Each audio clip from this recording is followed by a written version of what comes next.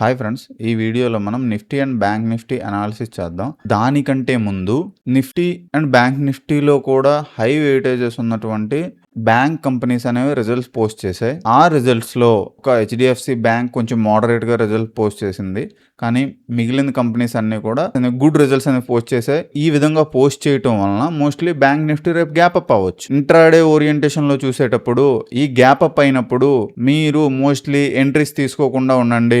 ఎందుకంటే gap up అయినప్పుడే ఆటోమేటిక్గా ప్రీమియమ్స్ అనేవి ఫస్ట్ 1 మినిట్ క్యాండిల్లో చాలా హై ప్రీమియమ్స్ అనేవి పెరిగిపోతాయి. పెరిగిన తరువాత మీరు మార్కెట్ పెరుగుతుందని మీరు ఎంట్రీ తీసుకున్నారు అనుకోండి, మీకు తరువాత మీరు ఎంట్రీ తీసుకున్న తర్వాత ప్రీమియం అనేది పెరగవు. టీలో మార్కెట్ అనేది రెసిస్టెన్స్ లెవెల్ వరకు వెళ్ళింది, గ్యాప్ ని ఫిల్ చేసింది 1 డే టైం ఫ్రేమ్ లో. అండ్ మనం 1 వీక్ లో వచ్చేసి చూసినట్లయితే ఇక్కడ నుంచి ఈ రకంగా ఈ క్యాండిల్ ఎలా అయితే ఫామ్ అయిందో అదే విధంగా గ్యాప్ డౌన్ లో వచ్చి ఈ విధంగా క్యాండిల్ ఫామ్ అయింది. కాబట్టి మోస్ట్లీ నెక్స్ట్ వీక్ అనేది అప్ మూవ్ చూపించవచ్చు. అర్థమైందా? ఇలా ఫామ్ అయింది కాబట్టి నేను కన్ఫర్మేషన్ ఇవ్వట్లేదు, జస్ట్ క్యాండిల్ సైకాలజీ ఆధారంగా చెప్తున్నాను. ఈ లెవెల్ అనేది సపోర్ట్ గా వర్క్ చేస్తుంది కాబట్టి బాటమ్ లెవెల్ లో ఉన్న 2 లెవెల్స్ కూడా మనకి స్ట్రాంగ్ సపోర్ట్ గా వర్క్ చేస్తాయి. మార్కెట్ మోస్ట్లీ ఈ లెవెల్ వరకు కూడా ఈ వీకెండ్ లోపు వెళ్ళే అవకాశం ఉండొచ్చు, 25,000 వరకు. మీరు అనొచ్చు ఏంటంటే ఇప్పుడు న్యూస్ క్రూడ్ ఆయిల్ రేట్స్ పెరుగుతాయి, వార్ అవుతుంది, మార్కెట్ దాన్ని డిస్కౌంట్ చేసేసింది, పైన అప్ మూవ్ చూపించే అవకాశం ఉంది. మీరు ఈ విషయం కన్సిడర్ చేయండి. ఓవరాల్ మార్కెట్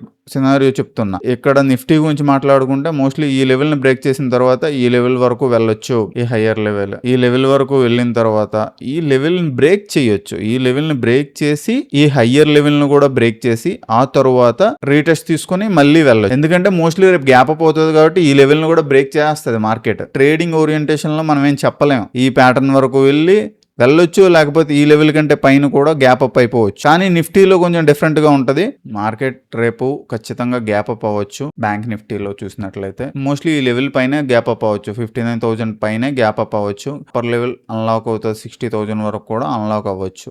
కానీ 1 డేలో వెళ్తుందా, 2 డేస్లో వెళ్తుందా? మార్కెట్ అయితే పైకే వెళ్ళే ప్రాబిలిటీ ఉంది.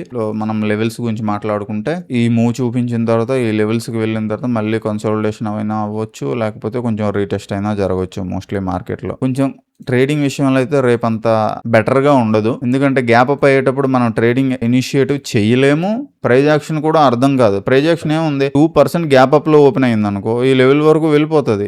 ఈ లెవెల్ వరకు వెళ్ళినా సరే కొంచెం రీటెస్ట్ అవుతుంది. ఇక్కడ ఏదైనా ప్రైజ్ యాక్షన్ 1 మినిట్ లో ఉంటే అప్పుడు మీరు ఏదైనా ఆపర్చునిటీని చూడండి. మీరు ఈ లెవెల్స్ లో కొంచెం ఏదైనా అవకాశం దొరికితే ఆపర్చునిటీని యూజ్ చేసుకోవడానికి ట్రై చేయండి. ఇన్ఫర్మేషన్ వాల్యుబుల్ గా అనిపించినట్టు లైక్ చేయండి అండ్ సబ్స్క్రైబ్ చేయండి. Thank you so much. Bye bye.